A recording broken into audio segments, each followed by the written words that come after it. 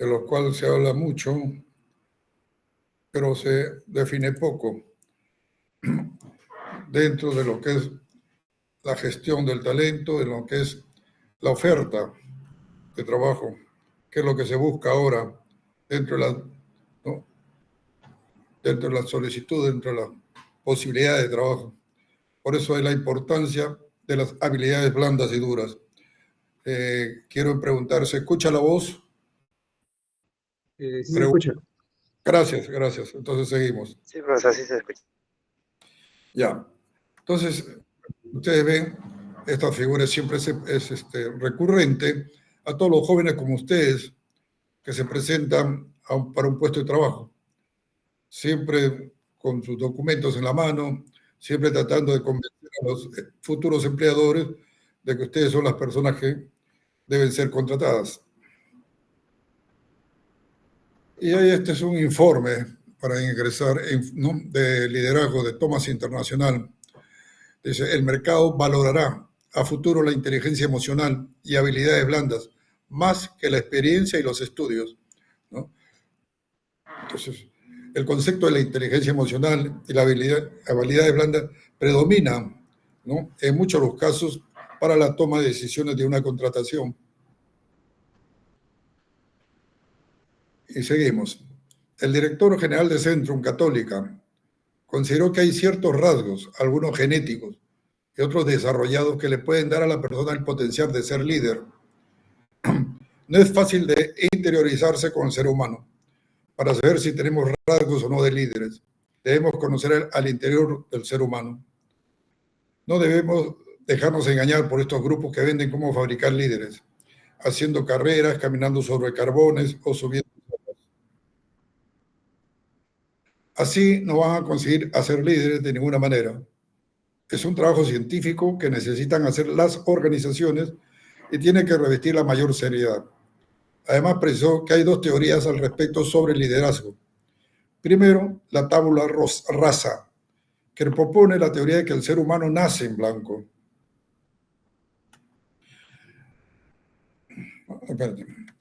Y segundo, la firma genética, que sea en el sentido malo o bueno a favor del individuo. Aquí señaló, hay, por ejemplo, transmisiones genéticas de cáncer, de enfermedades cardiovasculares, pero también hay transmisiones genéticas de inteligencia emocional y de liderazgo.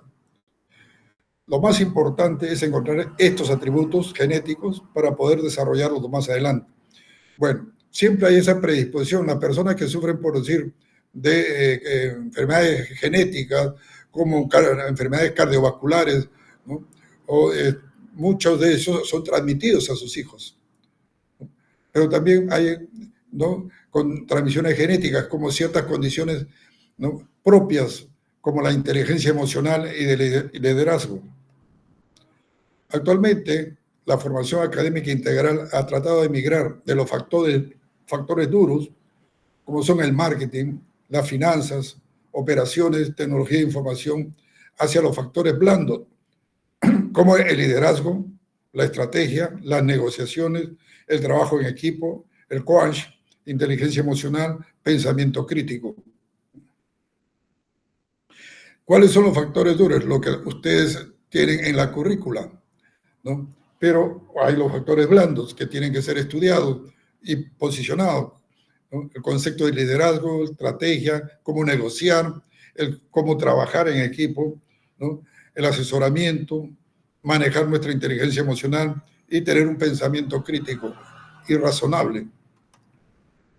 Se le debe dar al gerente no solo los factores duros, que lo pueda aprender en un libro, sino los factores blandos, para que pueda desarrollar esas habilidades de líder y encontrar esos rasgos para después desarrollarlos. En cuanto a los gerentes, no necesitamos que todos los gerentes sean líderes. El gerente es a corto plazo y maneja la parte operacional, el día a día. El líder es a largo plazo. El líder transforma organizaciones. Necesitamos buenos gerentes, pero también necesitamos buenos líderes. Pero no todos pueden ser líderes, porque todos estarían transformando las organizaciones y nadie las manejaría. Sería ideal que las organizaciones tengan un gerente que sea líder a la vez, pero no es fácil conseguirlo. Lo que sí es recomendable es que el líder le deje la posta al gerente para que ejecute lo que el líder planeó y lo lleve a los planes operacionales y a los resultados finales de la organización. Al inicio de tu carrera profesional es muy probable que necesites habilidades duras, pero para ascender necesitarás habilidades blandas. Durante un proceso de solicitud de empleo y entrevista de trabajo, los empleadores están buscando candidatos con dos conjuntos de habilidades: las técnicas o duras aprendidas en la universidad y las blandas o sociales. Sin embargo, existen otro tipo de habilidades que también influyen en el desempeño. Las habilidades blandas están asociadas con la forma de ser de la persona. En ellas tenemos la capacidad de liderazgo, la flexibilidad, la motivación, la gestión del tiempo, la paciencia y las relaciones interpersonales. Cada día más empleadores están considerando factores como estos en su proceso de selección y contratación de personal. Un estudio encontró que de los 2.138 profesionales de recursos humanos encuestados, el 77% considera que las habilidades blandas en un candidato son tan importantes como las duras. Cuando las compañías evalúan a candidatos para un puesto, están buscando lo mejor de ambos mundos. Alguien que no solo es eficiente en una función específica, sino que también cuenta con la personalidad adecuada para el cargo. A pesar de que estas habilidades no son fáciles de identificar y muchas veces son difíciles de medir, hay maneras en las que podemos disminuir esta brecha. Una de ellas es identificar aquellas habilidades blandas más importantes para el cargo que buscamos y reconocer el peso que tienen. Por ejemplo, si está postulando por un puesto de asistente contable, debería tener por lo menos conocimiento básico de contabilidad, lo cual se puede verificar según la educación que posee. Pero además es muy útil conocer si el postulante tiene un alto nivel de autocontrol, aprendizaje continuo y orden. Durante el proceso de solicitud de empleo debe estar seguro de destacar todas sus habilidades. Bueno, hay un cuadro que siempre se da, ¿no? Y siempre lo pongo. Unas personas que se presentan, ¿no?, para una entrevista laboral y siempre en muchos de los casos no saben presentarse o no reúnen los requisitos mínimos para ser aceptados, ¿no? Y ahí vemos, esta persona tiene experiencia, dice, con una entrevista, pero como 20 que no son tomados en cuenta. De esta manera, si no tienes una habilidad dura requerida por la empresa, podrás apartar con una habilidad blanda, en particular, que podría ser valiosa para la posición. Finalmente, si el empleo implica trabajar en una serie de proyectos grupales, asegúrate de hacer hincapié en tu experiencia y habilidad como integrante del equipo y tu capacidad para comunicarte de manera acertada con todos sus miembros. Entonces hay otro cuadro que se pone ahí. Todos somos contratados por nuestros conocimientos y despedidos por nuestros comportamientos. Aquí hay otro cuadro que también se da en muchos jóvenes en estos momentos. Busco trabajo de lo que sea, ¿no? En eso, lógicamente, entran a veces en el borderline de la irregularidad. Fíjense esta nota de Bill Gates. Bill Gates apuesta por la contratación basada en habilidades y no en títulos. El doctor Andrés Oppenheimer, ¿no?, quien tiene 2 libros, Sálvese quien puede, Crear o morir, y varios más, que recomendaría su lectura a ustedes, ¿no?, nos dice: una de las razones por la que Asia se ha convertido en la fábrica del mundo es que mientras las universidades asiáticas están produciendo un número récord de ingenieros, sus contrapartes en otras partes del mundo, incluyendo Estados Unidos, están produciendo abogados, contadores y psicólogos. Los ingenieros solucionan problemas, los abogados viven de los problemas, y los militares no entienden el problema y los economistas no saben la solución. Últimos 3 presidentes chinos: Jiang Zemin, que fue ingeniero eléctrico; Hu Jintao, ingeniero hidráulico; Xi Jinping, ingeniero químico, ¿no? presidentes en el Perú, ¿no? Toledo, economista; Alan, abogado; Ollanta, militar en retiro, ¿no? Castillo, no se sabe si fue profesor o no, pero ahí los tenemos. Estas son las 5 habilidades blandas para obtener un buen empleo. Las habilidades blandas nos hacen pensar fuera de la caja, explica el especialista. Comunicación, escucha asertiva, respeto, humildad, honestidad y proactividad. Son factores determinantes de los profesionales que alcanzan el éxito en el mundo laboral. Habilidades blandas a trabajarse: el liderazgo, el trabajo en equipo, la comunión efectiva y afectiva, el concepto de ganar-ganar, el impacto docente, alumno, país. En casi el 80% de casos, el empleador elige a la persona que tiene habilidades blandas más desarrolladas, señaló el decano de la Facultad de Negocios de la Universidad Privada del Norte, UPN. Las habilidades blandas son las actitudes o rasgos de personalidad que tiene una persona frente a un determinado hecho, desafío o reto. Facilitan salir de la zona de confort e incentivan la creatividad.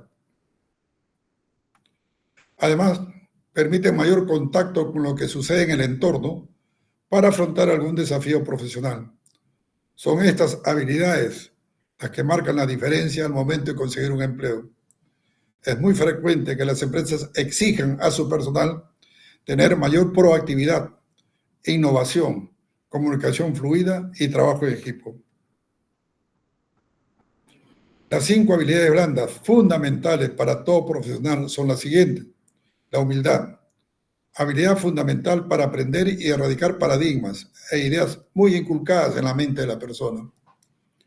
Segundo, escucha asertiva, saber escuchar y comprender los consejos, conocimientos y experiencias de todas las personas que estén alrededor de uno.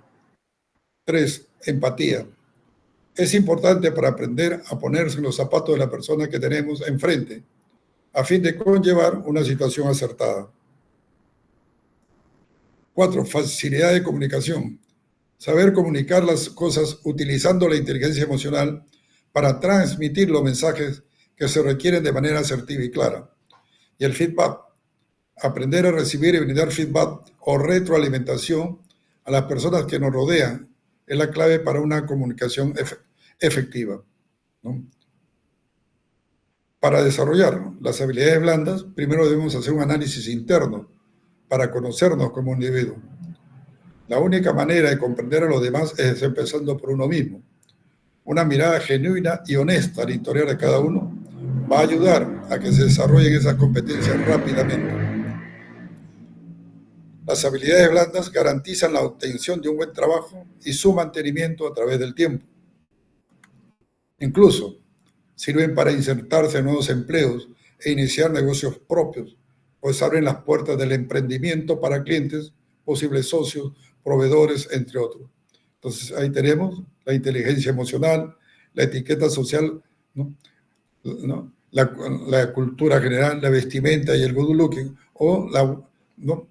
En algunos casos, ¿no? Saber si nosotros somos una idea, una imagen, no solamente somos nuestro pensamiento, sino también cómo nos ven, saber comportarse, ¿no? Saber, ¿no? En algunas personas he visto, ¿no?, con las uñas demasiado largas, el pelo mal cortado, ¿no?, barbones, sin saber adecuarse a una corbata, mal vestido. Todo eso es una referencia, todo eso se ve, ¿no? Entonces es una imagen, entonces es una impresión que recibe una persona de otra.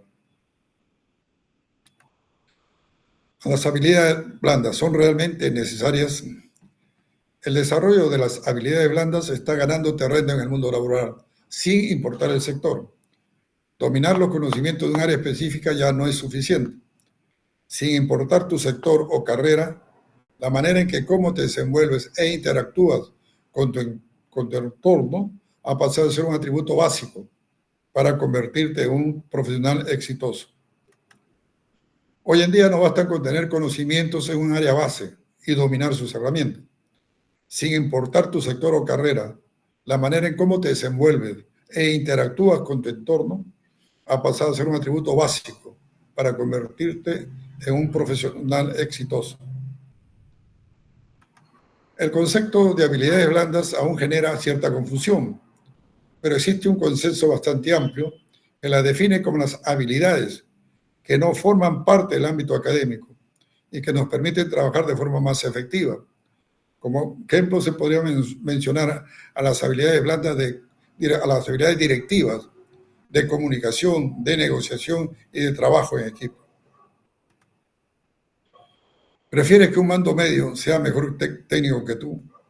¿Te gustaría tener un compañero muy capaz, pero con el cual es imposible hablar? Es por esto que cada vez más empresas apuestan por contratar a personas con mejores habilidades no técnicas. Según un estudio, los empleadores locales consideran que los jóvenes recién egresados no tienen desarrolladas habilidades blandas, como el sentido ético, la adaptabilidad o flexibilidad desarrollada.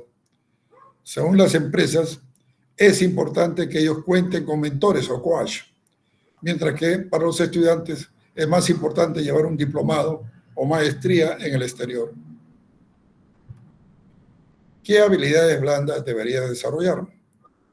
Dentro del amplio abanico de habilidades de este tipo que existe, las más importantes son las habilidades que te permitan relacionarte con los demás de forma efectiva, ya sea como compañero o como cliente. En los primeros puestos están las capacidades de comunicación, negociación y trabajo en equipo. Si tienes un perfil más directivo o de coordinación de equipos, sin duda debes desarrollar tu sentido de liderazgo, tu capacidad para resolver conflictos y la habilidad para motivar a los demás. Por otro lado, si tienes un negocio propio, siempre son útiles habilidades como el análisis financiero básico, la visión de negocio o la productividad personal. ¿Cómo las desarrollan? El problema de estas habilidades es que normalmente no se enseñan dentro de la universidad ni se desarrollan en las empresas. ¿Eres bueno relacionándote con los demás de forma innata o no? ¿O eres bueno negociando o buena suerte? Algunos consejos que te ayudarán. Lee seguido. Existe una gran variedad de libros que te pueden ayudar a aprender las habilidades que necesitas, como el famoso Organízate con Eficacia de David Allen, o Cómo ganar amigos e influir sobre las personas de Dale Carnegie. Hace tiempo que este tipo de libros salieron de la Asociación Autoayuda y se popularizaron como una forma de desarrollo, no solo personal, sino de negocio. Practica por tu cuenta, deja de hacerlo de siempre, sal de tu zona de confort y empieza a experimentar con nuevas formas de hacer las cosas. Puede ser algo tan sencillo como cambiar tu postura al hablar con las personas, o evitar decir no o yo cuando mantengas una conversación. Aprovecha el Internet. Tenemos a nuestra disposición muchísimos recursos para aprender sin tener que salir de nuestra casa, y aún más ahora con la inteligencia artificial. Existe la opción de, por ejemplo, llevar cursos gratuitos online a través de la iniciativa Actívate, leer blog o ver conferencias por streaming. Consigue un coach o inscríbete en un curso presencial. La ventaja de este tipo de formación es que es intensiva y si está bien planteada puede resultar inspiradora. Esta alternativa es recomendable siempre y cuando seas capaz de mantener la motivación y no permitas que lo aprendido caiga en el olvido. Entonces ahí tenemos una frase de Simon Bauman, un autor que a mí me interesa mucho y que siempre lo recomiendo a ustedes. Busquen un libro de Simon Bauman. Él indica, estas habilidades se desarrollan en el contexto cotidiano humano, directo, en espacios compartidos, sean públicos o privados, en la calle, en los espacios de trabajo, en lo que es necesaria una interacción razonable con la gente. Esto es en interacciones que exigen de diálogo, negociación y de apertura. Entonces ahí también hay otras frases, ¿no? De tanto ahorrar en educación, nos hemos hecho ricos en ignorancia. Es una frase de Fernando Savater. La educación debe formar ciudadanos, no empleados. Y otra frase ahí: quien se atreve a enseñar nunca debe dejar de aprender, ¿no? Son cuadros finales. En este mundo digital, no solo de pan vive el hombre, ¿no?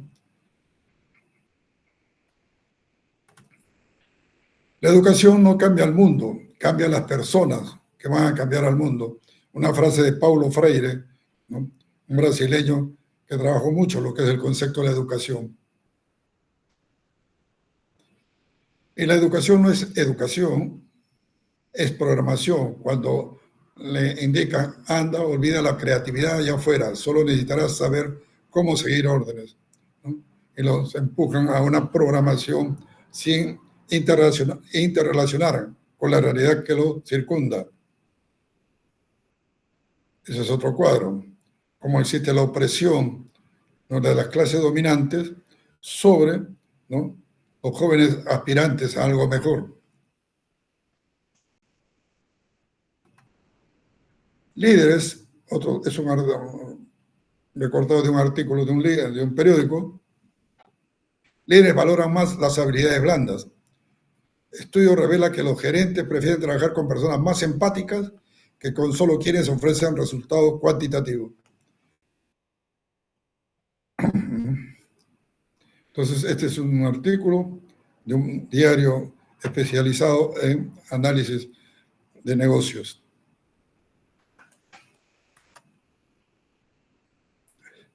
La sorprendente caída de la creatividad entre los adolescentes, detectada por la organización de, ¿no?, la comunidad de la OCDE.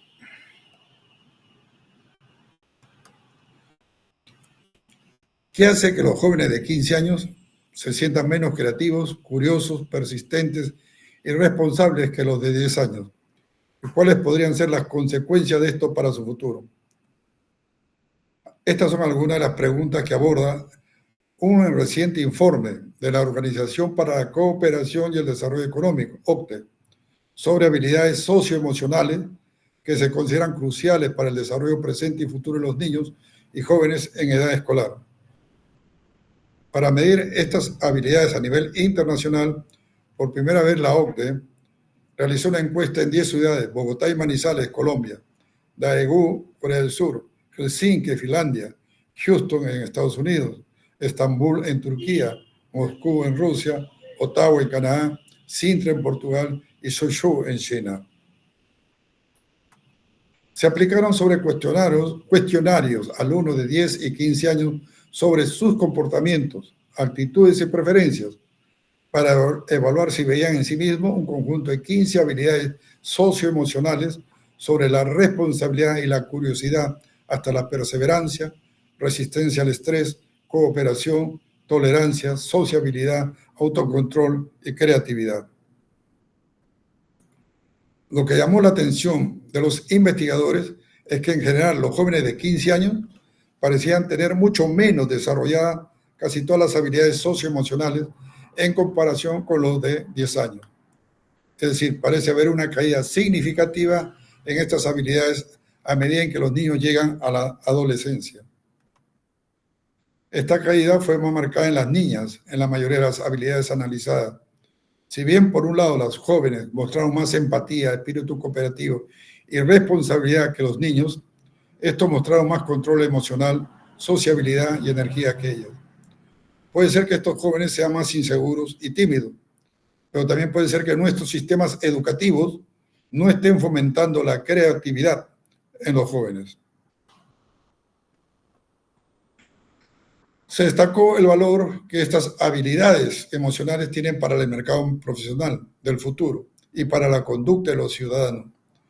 Sabemos lo importante que son la curiosidad y la creatividad en el mundo en el que vivimos. La capacidad de crear es lo que nos diferencia la inteligencia artificial de las computadoras. La creatividad no es algo aislado. Los estudiantes más creativos también exhiben niveles mucho mayores de empatía, tolerancia y responsabilidad. Los cambios en la adolescencia. La adolescencia es un periodo de gran transformación emocional y física para los jóvenes. La autoconciencia de la creatividad y la curiosidad terminan impactando las aspiraciones futuras de los jóvenes, dice la OCDE. Si este declive en la creatividad es mera autoconciencia, lo que realmente importa es el impacto que tendrá en las expectativas de estos jóvenes sobre su propio futuro. En su informe, la OCDE sostiene que el éxito en la educación actual no es el desarrollo cognitivo, sino el desarrollo del carácter. Se trata de curiosidad, abrir mente, compasión, abrir corazones y coraje, poner a funcionar nuestros recursos cognitivos, sociales y emocionales para actuar. Esas cualidades llamadas habilidades sociales y emocionales son también armas contra las mayores amenazas de nuestro tiempo. La ignorancia, una mente cerrada, el odio, un corazón cerrado, y el miedo, el enemigo de la acción. Desarrollar habilidades como tolerancia, creatividad, curiosidad, perseverancia y cooperación es considerado crucial por la OCDE para formar ciudadanos y profesionales del futuro. Y ahí vemos a niños interactuando en un colegio, ¿no?, de la capital, en Lima. Bueno, esto es una foto mía en Japón. Esto es en cuanto al primer, ¿alguna pregunta ahí sobre las habilidades blandas? ¿Alguna pregunta? Para ninguna. Bueno, entonces pasamos al siguiente cuadro. No, este de acá. Que habla sobre el análisis y creación de puestos. Perdón.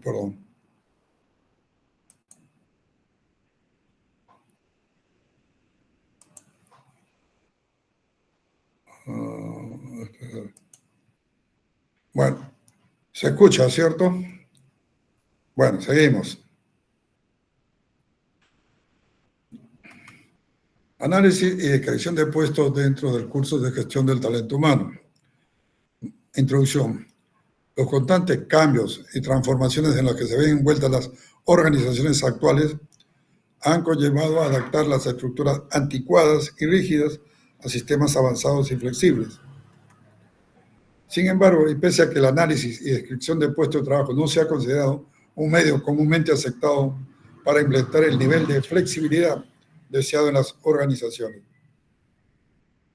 la práctica ha demostrado su utilidad siempre que se le dote de la versatilidad y capacidad de adaptación adecuada, determinado como una herramienta básica para el establecimiento de toda política de recursos humanos. Antecedente del análisis y descripción de los puestos de trabajo. Desde la época primitiva, cuando los hombres comenzaron a formar grupos para alcanzar sus objetivos, que resultaban inalcanzables de modo individual, la administración ha sido fundamental para lograr la coordinación del quehacer humano.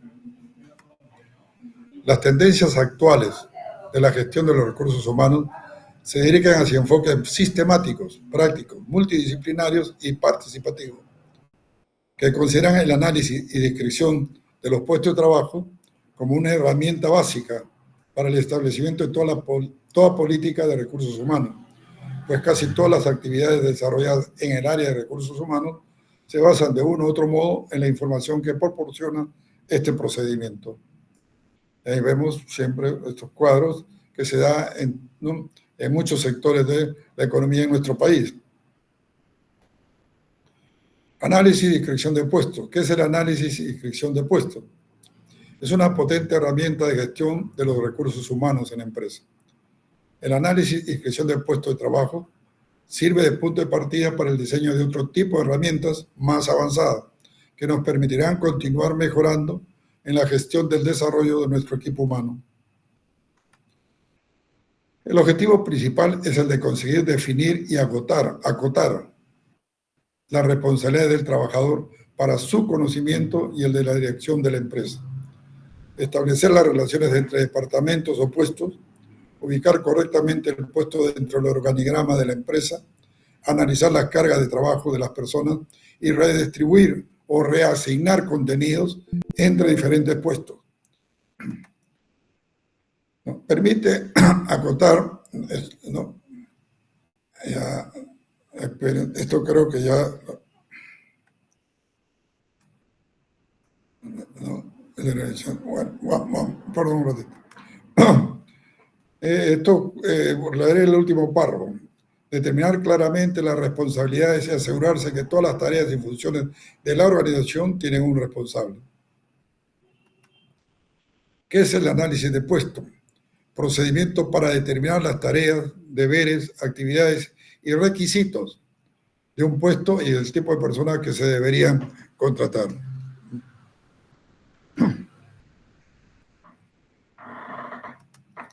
Primero, examinar la estructura de cada cargo de la organización en conjunto. Realizar organigramas, diagramas, descripción de puestos, línea de comunicación y lugar. Segundo, definir la información requerida para el análisis de cargos, tipo de datos a reunir y técnicas de aplicación, entrevistas y cuestionarios. Tercero, seleccionar los cargos que se deben analizar. Es necesario cuando hay muchos puestos similares, se seleccionan posiciones representativas. Cuarto, recolectar datos necesarios para el análisis de cargos, datos que involucran el puesto, condiciones de trabajo, requerimientos humanos. Quinto, preparar la descripción de puestos, consiste en la revisión de la información sobre la naturaleza y funciones del puesto. Sexto, preparar las especificaciones del puesto en documento aparte. Se realiza un resumen de las cualidades, características y capacidades requeridas. Todo este análisis de puestos nos permite desempeñar con mejores argumentos el proceso de selección como prueba para predecir el desempeño en el cargo, determinar el compromiso y lo que se requiere alcanzar dentro de la organización. El lema, reclute y seleccione hoy el ejecutivo del mañana, tiene su sustento en el riesgo de contratar empleados que no serán idóneos en los próximos 5 años, cuando estén ascendiendo en los cuadros de la compañía. Por consiguiente, su selección es de suma importancia, a fin de escoger y clasificar a los candidatos más adecuados a las necesidades del puesto y de la organización. Bueno, ahí vemos siempre, ¿no?, un conglomerado de jóvenes buscando, ¿no?, un puesto de trabajo, lo que es algo, ¿no?, que ustedes seguramente han vivido o van a vivir una vez que egresen de la universidad. Pasos a seguir para realizar un análisis de puesto. Determinar el uso de la información del análisis de puesto, reuniendo la información previa, seleccionar las personas a analizar, realizar el análisis, revisar la información con los participantes, elaborar una descripción y especificación del puesto. Análisis de puesto. ¿Qué tareas deben ejecutar los trabajadores? ¿Con qué propósito? ¿En qué forma se ejecutan y en qué condiciones? ¿Cuáles son las relaciones entre los diferentes puestos? ¿Qué datos deben analizarse para alcanzar dicho conocimiento? El análisis de puestos de trabajo consiste básicamente en la descripción más o menos detallada de las tareas y responsabilidades que configuran un puesto. Una vez que las funciones han quedado descritas, se pueden deducir los conocimientos y habilidades que dichas funciones requieren, así como las actitudes más adecuadas. Generalmente esta función la suele llevar a cabo un especialista, pero con un conocimiento adecuado, un gerente de una pyme o alguien en quien delegue la puede realizar. Datos del puesto. Es aconsejable que el gerente o la persona delegada recoja por escrito los siguientes aspectos que por un lado ayudarán a la definición del puesto y por otro facilitarán la incorporación de la persona finalmente seleccionada. Análisis del puesto, descripción de tareas del puesto, recursos utilizados en el puesto, condiciones ambientales del puesto, requisitos del puesto, responsabilidad del puesto, formación y experiencia requerida para el puesto. ¿Cómo realizar el análisis de un puesto de trabajo? La información generada por un análisis de puesto puede ser utilizada para selección y reclutamiento de personal, establecer el tipo de compensación económico o no, establecer el punto de partida para valorar el desempeño de la persona que ocupa el puesto, identificar la necesidad de formación de la persona que ocupa el puesto. Métodos tradicionales utilizados en un análisis de puesto.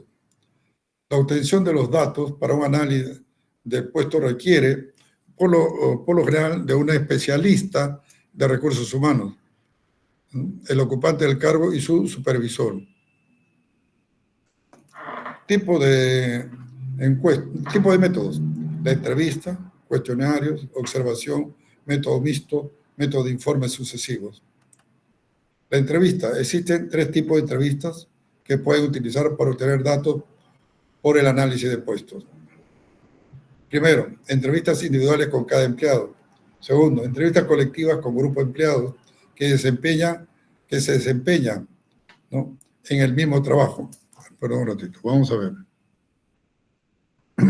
Y 3, entrevistas con uno o más supervisores que tengan el conocimiento a fondo del desarrollo del puesto que se está analizando. Cuestionarios. Otro medio eficaz para obtener información en el análisis del puesto es que los empleados respondan cuestionarios en los que describan los deberes, responsabilidades relacionadas con su empleo. El cuestionario puede ser abierto y solo pedirá al empleado se le pedirá al empleado que describa las actividades principales, ¿no?, o con lista de verificación muy estructuradas. Observación. La observación directa se utiliza por lo regular junto con las entrevistas. Una forma de hacerlo es observar al empleado en su trabajo durante un ciclo completo de labores. Ciclo es el tiempo que le llevó a realizar el trabajo. Puede ser 1 minuto para un empleado de línea de ensamblar, o 1 hora, 1 día o más para trabajos complejos. Método mixto. Cuando no es posible desarrollar en su totalidad cualquiera de los métodos anteriores, el comité debe tomar la decisión de combinarlo para hacer práctico el análisis de puestos.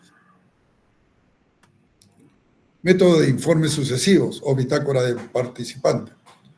Se puede pedir a los trabajadores que lleven un diario, bitácora o lista de cosas que hacen durante el día. El trabajador debe anotar cada actividad que realice. En términos generales, los datos que reúne el análisis de cargo se concentra en el cuestionario que se diseña. ¿Cómo completar la ficha? En la ficha modelo incluimos datos generales sobre el puesto, datos de identificación del puesto en relación con la empresa y sector, y organigrama en relación con la empresa, funciones y tareas del puesto en relación con el puesto concreto, relaciones con otros puestos y personas, internos, ejemplo, responsable financiero o de presupuesto, comercial, etcétera, y externos, proveedores, clientes, etcétera. Conceptos. Elemento, unidad mínima indivisible de trabajo. Tarea, actividad individualizada e identificable como diferente al resto.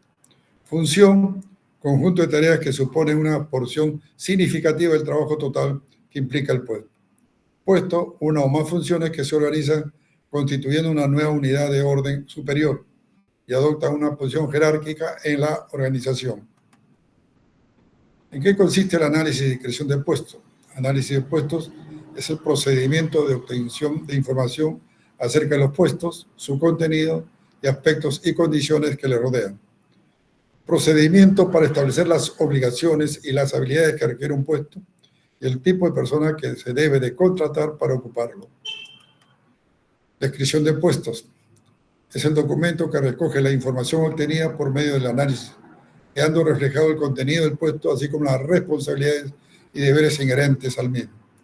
Lista de las obligaciones de un puesto, las responsabilidades, el reporte de relación, las condiciones laborales y las responsabilidades de supervisión del mismo.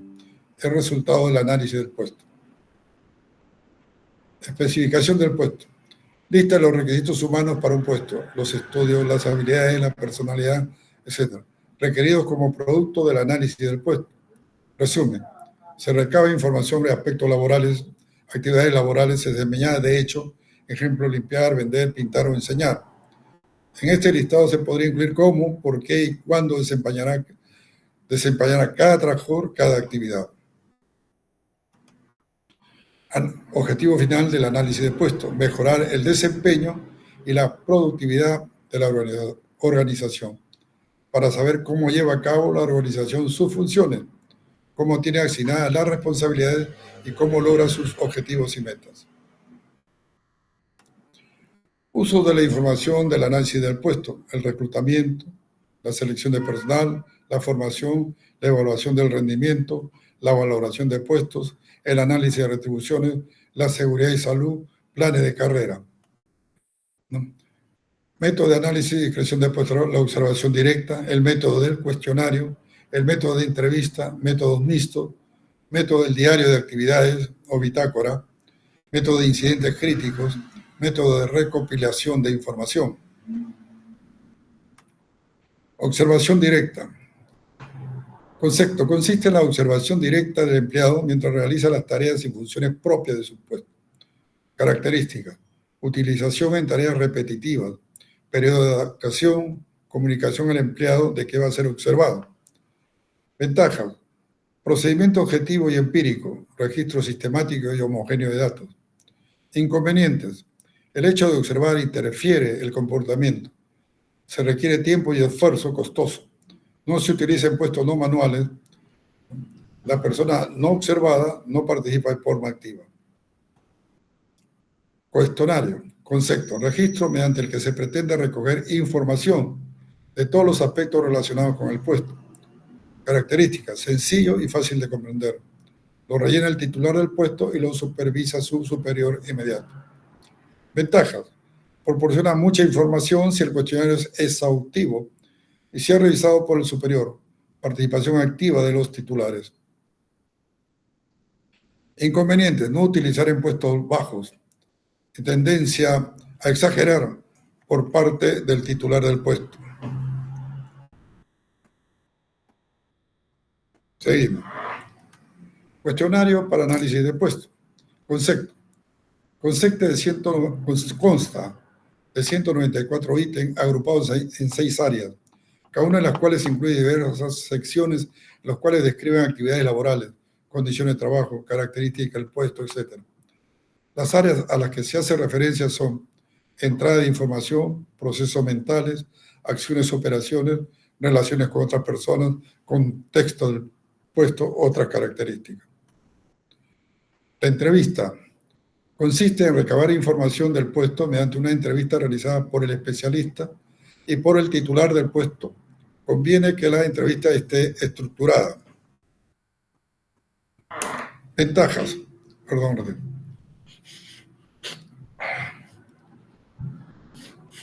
Un momentito. Bueno, me respiraba un poco. Ventaja. Versatilidad en la obtención de datos, ya que estos se obtienen cara a cara con el titular. Método personalizado, mayor riqueza informativa, interacción directa, permite eliminar posibles reticencias. Inconvenientes. Requiere emplear grandes dosis de tiempo y esfuerzo, por lo que resulta costoso. Método del diario de actividades. Concepto. Consiste en un autoinforme del titular del puesto.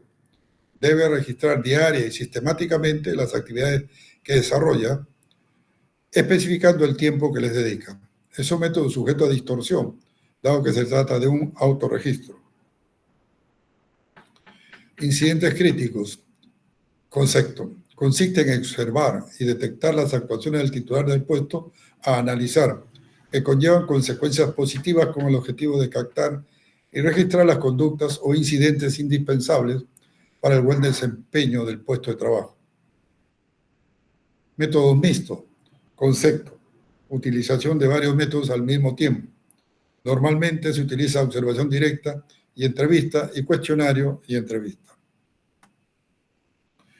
Recopilación de información. Concepto. Consiste en recabar información acerca de las descripciones de puestos ya publicadas o bien realizadas en la misma empresa con anterioridad. Profesiograma de puestos. A partir del análisis de descripción de puestos se elabora el profesiograma de puestos, que consiste en el documento que sintetiza los principales requerimientos y exigencias que debe poseer el ocupante del puesto. Análisis, diseños y descripción de puestos, baja requisitos y responsabilidad, contenido del puesto y condiciones de trabajo. Contenido del puesto es qué hace, cómo lo hace y por qué lo hace, ¿no? Todo eso genera concepto del profesiograma. ¿Qué es descripción de puestos? Es el documento que recoge la información obtenida por medio del análisis, quedando reflejado el contenido del puesto, así como las responsabilidades y deberes inherentes al mismo. La descripción de puestos se divide en descripción genérica. Es explicar el conjunto de actividades del puesto. Se utiliza sobre todo para lo siguiente: formulación de programas de capacitación, designaciones, planificación organizacional, formulación de pauta de desempeño, planificación de la mano de obra y estudio de salarios. La descripción de puestos se divide en descripción específica. Detallar las actividades del puesto, es decir, cada una de las actividades que debe realizar el trabajador. Además, sirve para otros propósitos: análisis preciso de puestos, evaluación de puestos para la gestión de sueldos y salarios y organigrama. La descripción de puestos debe redactarse bajo el siguiente procedimiento: claridad, con verbos en infinitivo y acciones específicas, con el fin de evitar confusiones. Sencillez, debe tener un lenguaje accesible para que toda persona que lo lea entienda lo que se hace en ese puesto. Concisión, se debe utilizar el menor número de palabras. Precisión, evitar palabras ambiguas para evitar las confusiones. Viveza, la descripción debe despertar el interés de la persona que lo está leyendo. En resumen, la descripción de cargos está orientada hacia el contenido de los cargos, es decir, hacia los aspectos intrínsecos de los cargos. ¿No? Elementos que componen, ¿no?, la descripción de puesto: la designación del puesto, unidad organizacional y relación de dependencia. Estos puntos identifican el puesto y le dan sus características propias. Síntesis del puesto: deberes y responsabilidades. Aquí se define el trabajo por cumplir. Deberes y responsabilidades: aquí se señala el que, por qué y cómo, ¿no?, se desempeñan las tareas.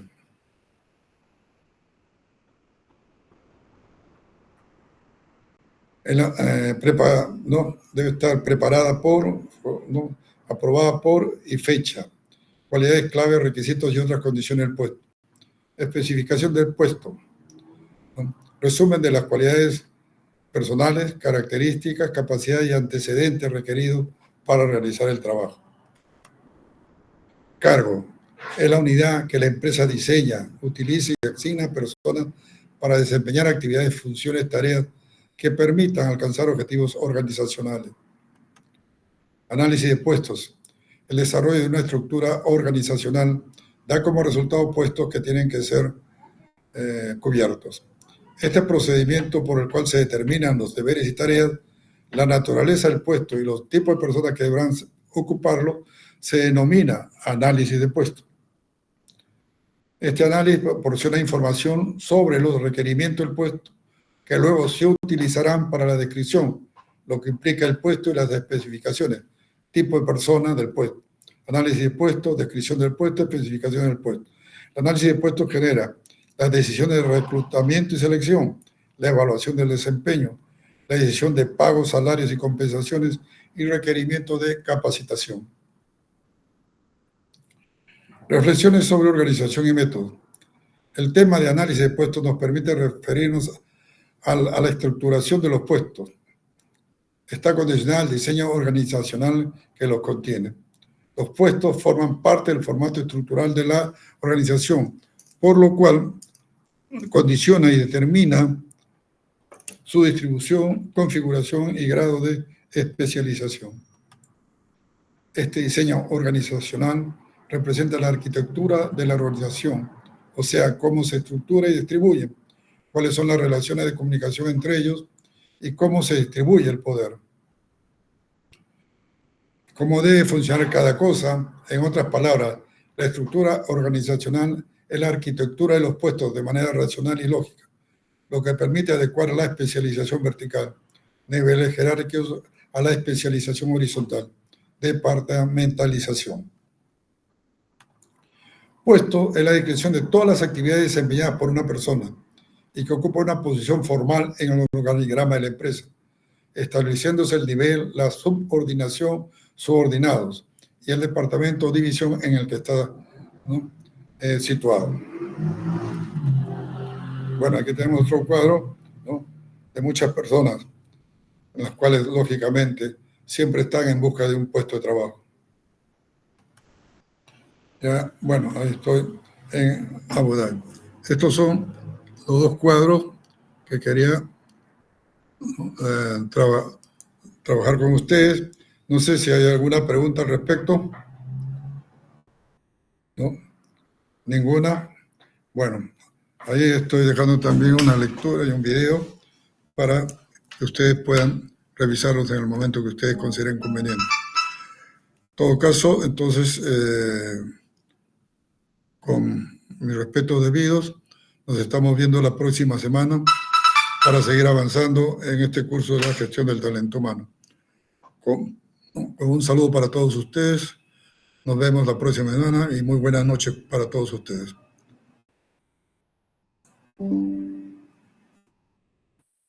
Gracias, profesor.